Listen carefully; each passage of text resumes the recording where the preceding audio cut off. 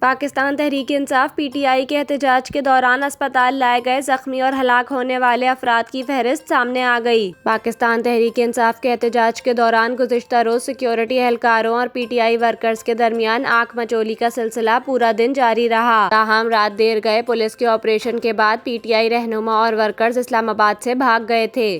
پاکستان تحریک انصاف کے رہنماؤں کی جانب سے پولیس سے جھڑپوں میں پارٹی ورکرز کی ہلاکتوں سے متعلق متضاد بیانات سامنے آئے۔ پی ٹی آئی رکن اسمبلی شیر افضل مروت کی جانب سے احتجاج کے دوران 12 ورکرز کی ہلاکت کا بتایا گیا، جبکہ پی ٹی آئی ترجمان کی جانب سے 8 ہلاکتوں کا دعویٰ کیا گیا۔ تاہم اب Pakistan Tehreek Insaf P T I کے احتجاج کے دوران زخمی اور جاں بحق ہونے والے افراد کی فہرست سامنے آ گئی ہے۔ کام پولی کلینک اسپتال کے مطابق پولی کلینک میں 2 لاشیں اور 26 زخمی لائے گئے۔ پولی کلینک لائے گئے تمام افراد کو گولیاں لگی ہیں۔ زخمیوں میں بیشتر کا تعلق خیبر پختونخوا کے مختلف علاقوں سے ہے۔